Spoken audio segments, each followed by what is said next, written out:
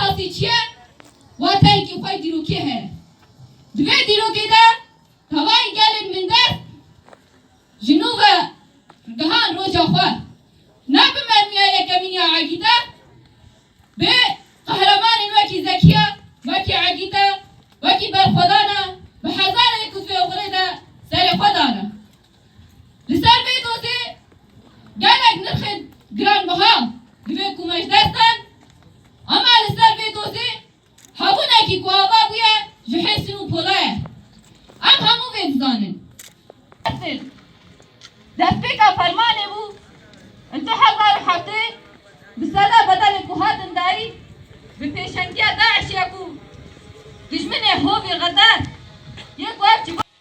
ستونه کی گجبه جواکی را چه بویه وجینه کی جوه جواکی را چه بویه خواستن ویتو نبکن جوه ده ترسن سوزده امی طولا مامزکی هلدن امی مطلق حیفا بالعادن نهلن سوزه هوال رهابا زردشت قهرمانی اگه کوام لسر کهدا شهیده خواب رومد آباد کن ام سر بلندن بوان بدل کومدانه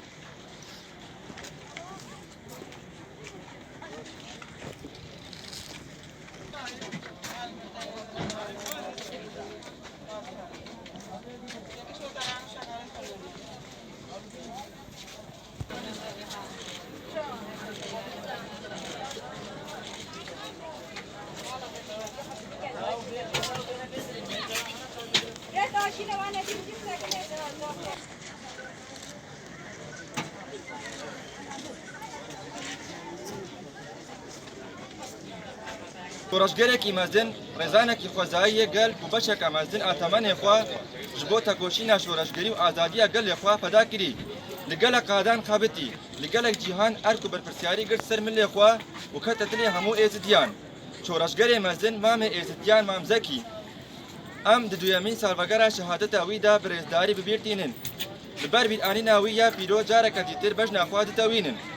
rêheval şehîd mamzekî li 15 tebaxa 2018 di roja salvegera fermana êzdiyan de di encama êrişa hewayî ya dewleta faşîst û Tirk de şehîd bû em êrişa xayintî û nemerdana ya dewleta faşîst a dagîrker bi hêrt û kîn şermezar dikin li ser asasê ku em ê xewn û xeyalên mamzek şehîdên xwe careke dîtir dubare dikin em soy didin ku em ê tola şehîdên xwe li avdê nehêlin û doza wan heta serkeftinê bidomînin di encama êrişê çetayên Daişê yê sê tebaxa 2014 de vedgerî di encama êrişên balafirên bê mirov û balafirên şer ên dewleta Tirk a dagîrker de şehîd bû bi vê êrişa xayintî û weka berdewamiya êrişên Daişê yên qirkirina civaka êzî bû